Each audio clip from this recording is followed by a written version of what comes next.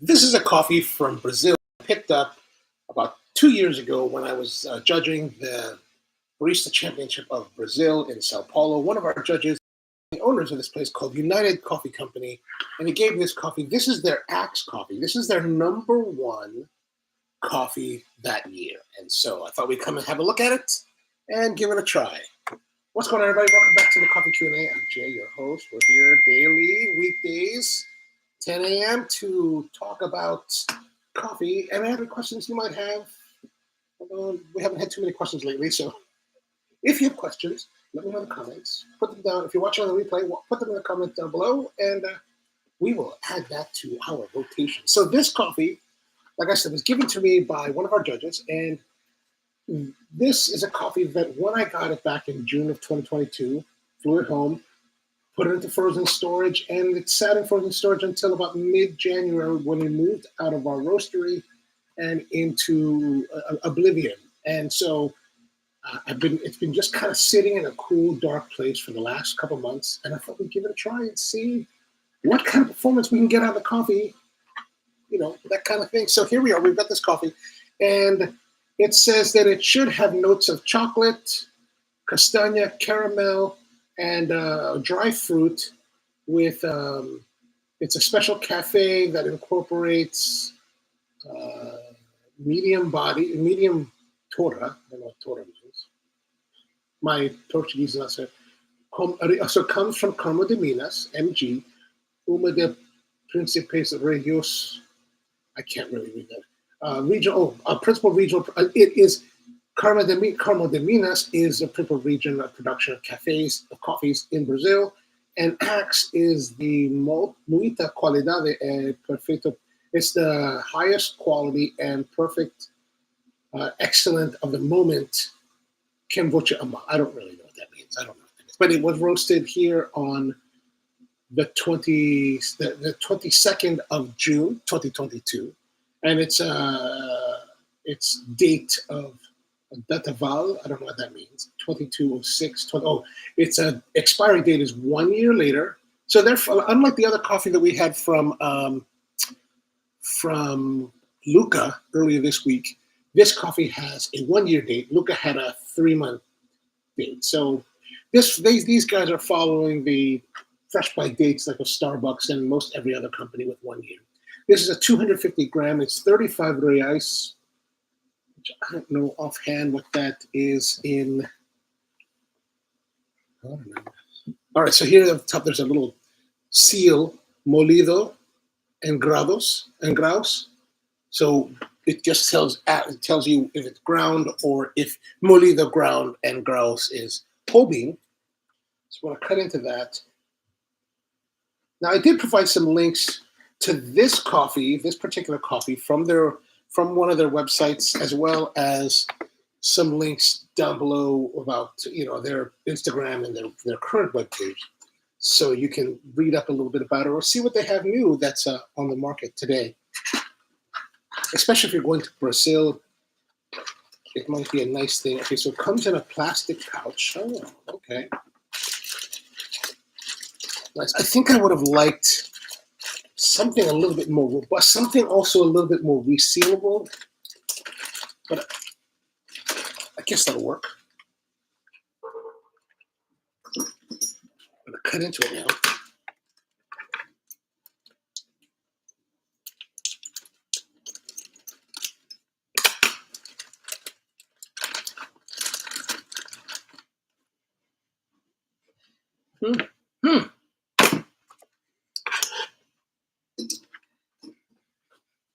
Perhaps time has not been as kind.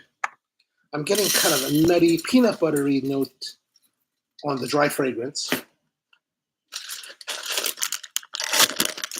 And here's actually, it looks, from my perspective here, the coffee looks really pretty. Like, it looks clean, it looks smooth, it looks tight. Like, sometimes you'll see coffees when they're roasting it, and it kind of gets this little bit of like old skin texture, right? This is nice and taut. I mean, it looked, actually, just looking at it, it looks really pretty. Like, to me, this is a very pretty looking coffee. Craig says, good morning. Just stopping by to say hi. Busy packing, moving today, this week. Oh my gosh, where are you moving to now, Craig? I can well host smoothly for you. So here is the. I think it looks nice. It is, looking at my reference monitor here, it looks a bit darker. You might be seeing it a little bit darker, but it is a little bit lighter than what you're seeing in person. In person, it looks more medium roast, not I would not say a light roast, but it looks lighter than what I'm seeing on the reference monitor. All right, so we're gonna, yeah, maybe a peanut buttery thing, which could mean that it's like, getting older and, could be past its prime. But I like the idea of exploring older coffees. You know what I forgot? I forgot to get a filter. Oh, I have a filter over here.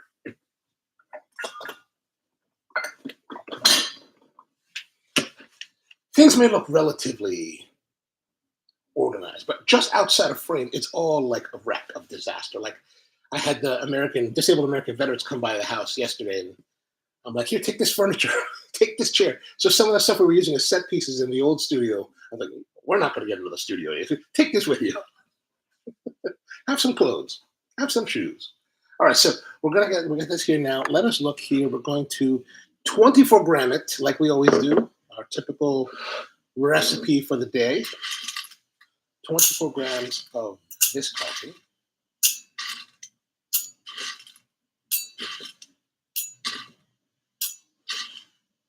And Dad, I meant to look up that Tetsuya's recipe based on what we talked about yesterday. And then I sat down, and one of my nieces called, and she's like, I'm planning to go to Hawaii, and I need some advice. And I was like, oh, okay. So I was like totally sidetracked by that. All right, so now we're going to get our trusty Baratza Virtuoso with the Isato scale attachment.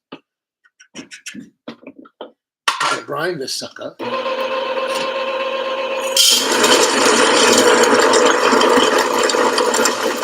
I really do think it's a very pretty looking beer.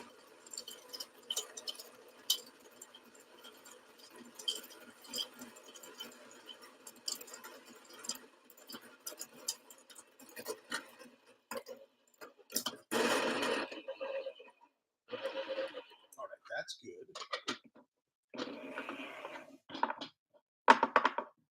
Ooh, that looks nice. We're still running that same grind as yesterday. Maybe today we'll do a pour over of it. Right? Let's do that. We'll do a pour over.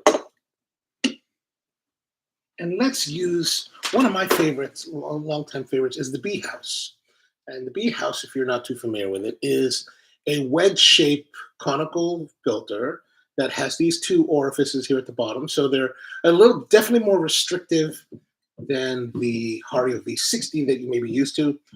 I tend to like it better overall. So we just take our Millennium number 4 filters, and I like to fold them up. Peter, well, have a good night. Thank you for tuning in. Sweet dreams. And let's put this in here. So I like to do opposing folds.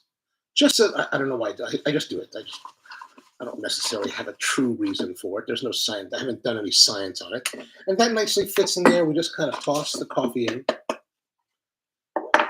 You might be able to see that it's a little bit like uneven. So we just kind of shake it. Make it even. I'm going to put that on top here. Turn our water back on. Timer. Reset the scale. This Adams scale, Adams Scientific is a scientific equipment manufacturer that makes really nice quality stuff. However, this particular scale has been beaten to heck and back in commercial use. And like there's the tear, like if I try to zero it, it just doesn't work anymore. So I have to turn it off and on. It's a little bit odd. But the nice thing about this one, 3,000 grams with a 1 gram resolution. I don't really necessarily worry about having a 1/10 of a gram resolution on most scales because I don't think it's quite necessary for normal production. That's nice about this scale. It also has these adjustable feet. See, we've changed that battery. Well, I didn't update this, but the nice thing has adjustable feet. Sorry, dirty. But these adjustable feet I can raise and lower so that you can see here there is a leveling bubble So if you want to use it, you want to have it level, you can. I mean, it's pretty level. It's pretty level right here, but otherwise, it's quite nice. Mom is with us. What's going on, Mom? Good to see you. And Michael's with us. Michael, I am going straight from here to the UPS center, and I apologize on that. But you will have your coffee this week. Okay, so let's look here. We got our water boiling. Ow, my hand is burning.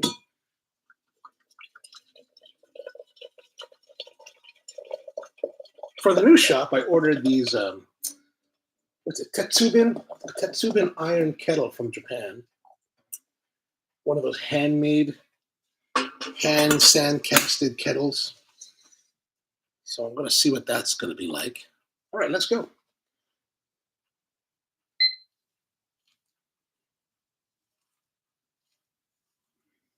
Okay, we've got our 35 grams. Just going to go with it. 82 grams. So that's pretty much where we want to stop for our initial pour. It's running a little bit. It looks to me that it's running a little bit fast. I don't know if it really is or not. I don't know if you can see that too well, but it looks a little bit fast. 27, 28, 29, 30. So that's pretty good. Now we're just going to add. Bring right around 100 grams for the first minute. So my old standard at Spro was that we would go to 75, 80 grams right away. But as we've been doing more brewing here, I think maybe we should just like stretch it out, the 100 throughout the first minute. So we're here, because right now we've got, even though we're at 100, it's just slowly dripping out now because most of the liquid has already flowed through the body of the coffee. So now we're at a minute. So we're going to come back. And the whole thing is just about saturating the coffee, keeping the coffee wet. And we're getting a lot of flow through it. So I feel like it could be a finer grind for this brewing method. And, even though it is a double, two-hole with a lot more restriction than, let's say, the V60, I mean, I feel like it's still flying. This brew is flying by, I feel like.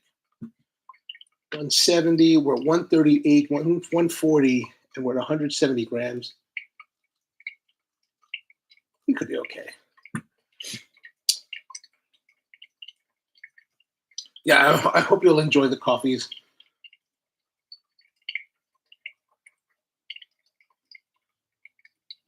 205, and now we're 2 minutes.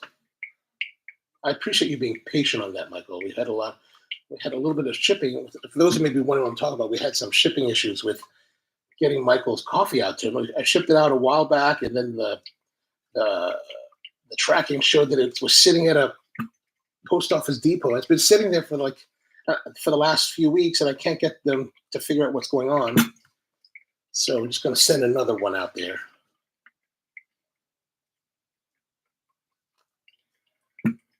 $250, $230, good.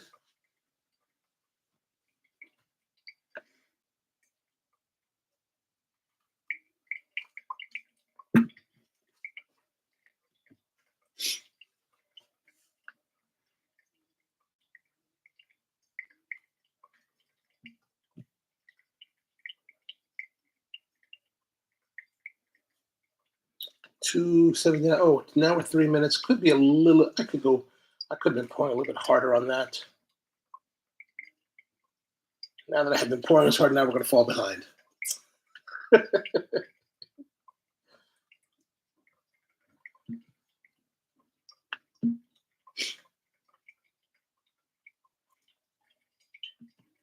So 3:32, 3 minutes, 25 seconds.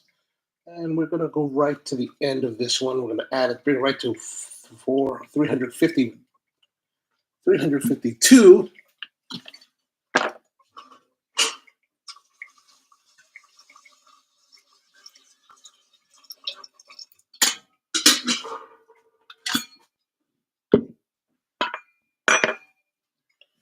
All right, that looks pretty good. 350, so we're pretty much done there.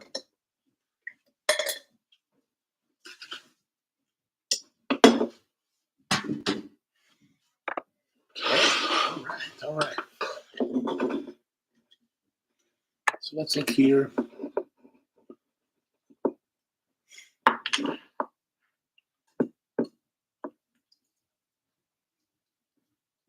went to check out this ice cream shop yesterday with my nephew. I took him out to a place called Always Ice Cream that just opened here in Baltimore.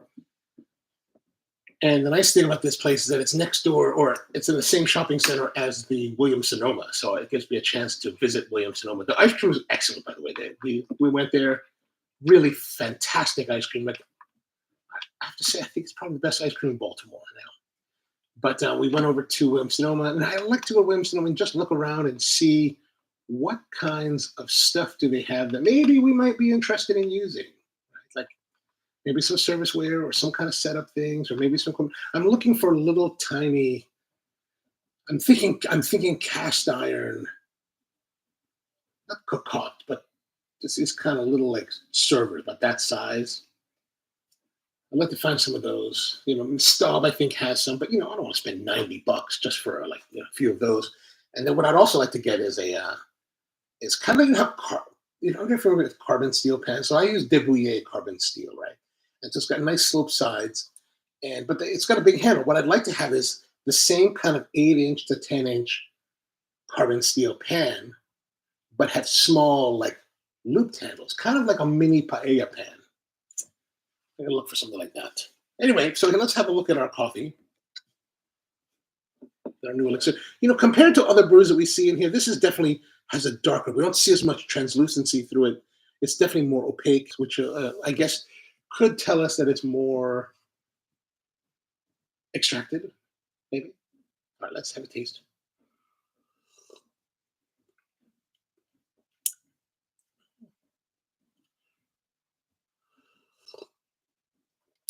First thing that hits me is that the body, I think, is kind of a nice medium plus body. It's got it has very good structure, good sweetness. Because it's a generally enjoyable coffee. I'm tempted to say it tastes like a good Brazil. Like, Brazil, a lot of Brazil coffee is like, let's say if you get like these, the Bourbon Fancy Santos, which is a good example of Brazil. Brazil's one of the biggest coffee producers in the world. And they produce something called the Bourbon Fancy Santos. And that just is a nice coffee that gives you a good, well, some of those versions will give you a nice coffee that will give you a good base for your blend. So you can use that kind of like your foundation, and then you'll use things to give you a little bit more punchiness to add to it. And this coffee reminds me of that with a bit more sweetness. Like, it's not terribly expressive, like compared to other coffees that we've tried. It's just solid, sweet. There is some notes of chocolate, good body, like good medium, but like nice structure. Like, really, like this one, I think would be very enjoyable eating with conchas or some kind of sweet, baked goods would be very nice. It would be very nice for that.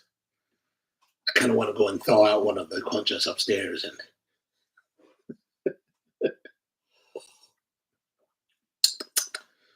Yeah, I like that. I like that. What else has been happening? I've been making. Yesterday, I was working on. I had some fruits that are going to go bad. Like my cousin, she was like, "Hey, you want some langka?" And if you're not familiar with langka is this Filipino. Well, the word langka is Filipino, but it's known as jackfruit. And I think some countries will also call it carioca. Or is that what I call it? I've seen the fruit down in South America, and I think it was called carioca. But basically, it's this jackfruit, and I love it. I love it. So she was at the Asian market, and now, before you could only get it in Asia. Now you can get it here, and now they're kind of fresh-ish.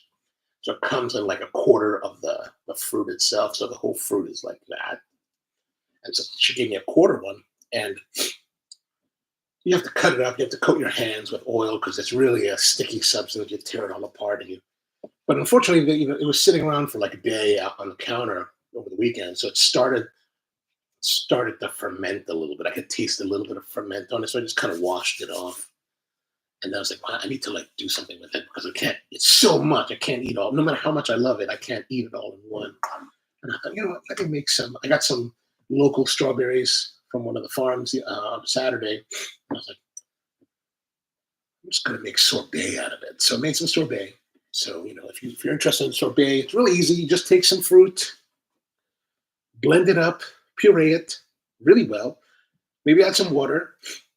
Then you could season. This one I added a little bit of salt, a little bit of lemon juice. I was really tempted to add tagine because I was like, tagine would be kind of nice, that Mexican spice. But I decided not to because I give some to my mom and dad, and they can't do any of that kind of stuff. So, and then you make a simple syrup, and then the simple syrup you just kind of like ratio it in. And here's one of the things that I learned over the years is that when you're trying to find the right balance of sorbet, because sometimes if you don't have enough, it becomes too icy. If you have too much, it becomes kind of slick and sticky.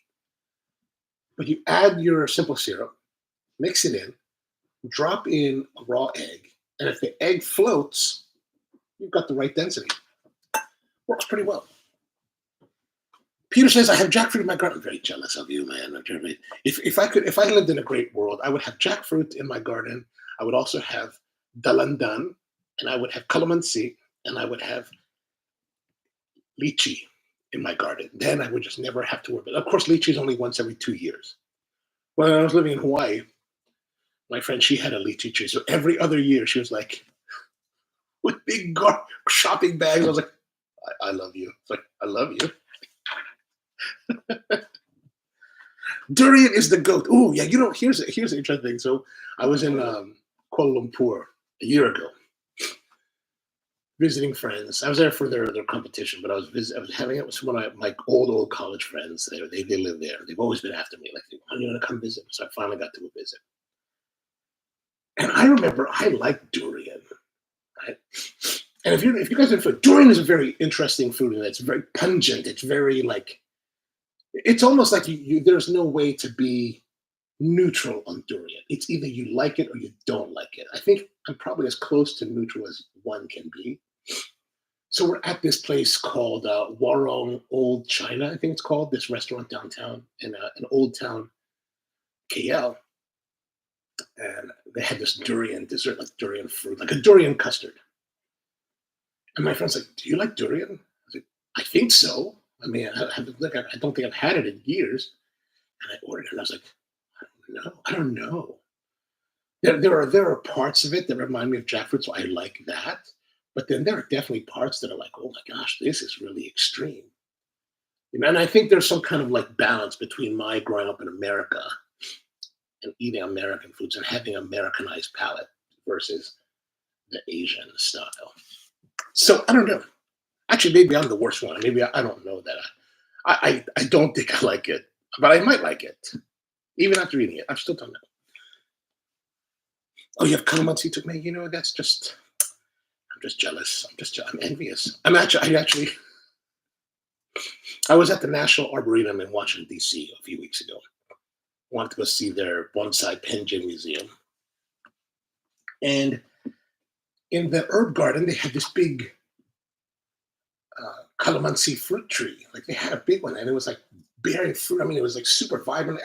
Like the fruit was like bright orange. I've never seen that. I've only known calamansi to be green with orange interior. So I was like, some of them had fallen off the tree. Like I didn't pick them off the tree. They were actually on the ground. So I was like, that looks pretty clean. That looks pretty clean. I grabbed them. I don't know if this is legal or not. Maybe I'm gonna say that it's saying to you that the U.S. Park Police is gonna come knock on my door and be like, you have to return. You now have a fine. But it was on the ground, so I just picked them up and I was like, well, let me take them home. Made a little bit of calamansi juice drink with a little bit of sugar and water when I got home. And there were some seeds, so I sprouted the seeds, and I'm trying to see if they'll grow. I don't know if we're gonna have any luck with that, but maybe in 2 years I'll be a happy guy with it. Going to Malaysia in December, yeah, Warong. I think the restaurant is called Warong Old China. Great restaurant. My friends took me there.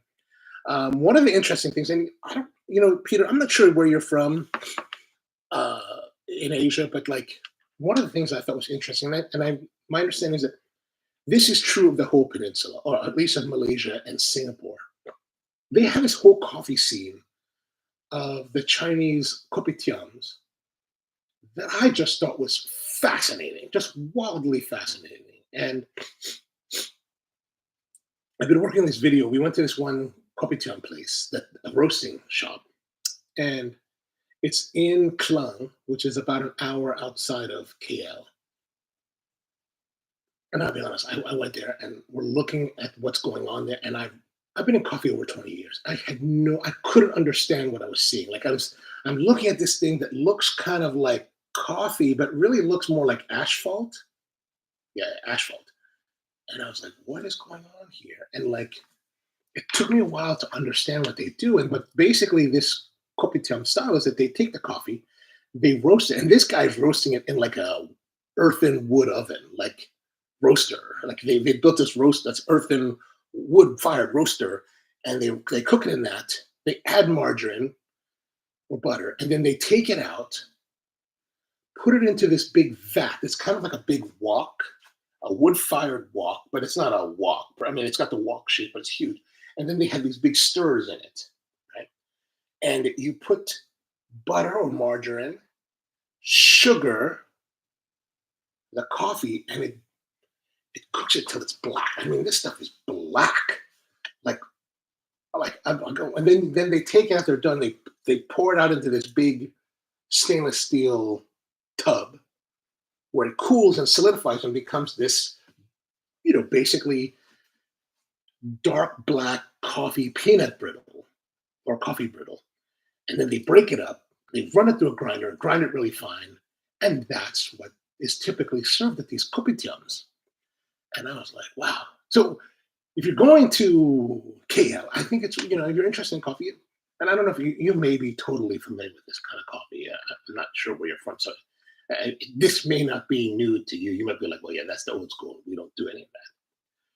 But you're there, you're drinking coffee. It's sweet, it's milky, and you're drinking you're drinking it out of the saucer because it's too hot, and you're having eggs and toast, and you're having, what else did we have? We had some Hainan chicken, and we had some, what kind of noodle? We had some kind of noodle dish, but interesting stuff. And I find that going to other countries, I've really come to the point now where I sometimes I will go to like the specialty coffee joints, but I found that when I'm traveling to a lot of places, there's not too much at specialty coffee joints that I think are really unique or interesting. Like, but very few are doing something new and different. Like, there's some places that are doing something interesting. Like, let's say, for example, what's that place called in Omotesando in Tokyo?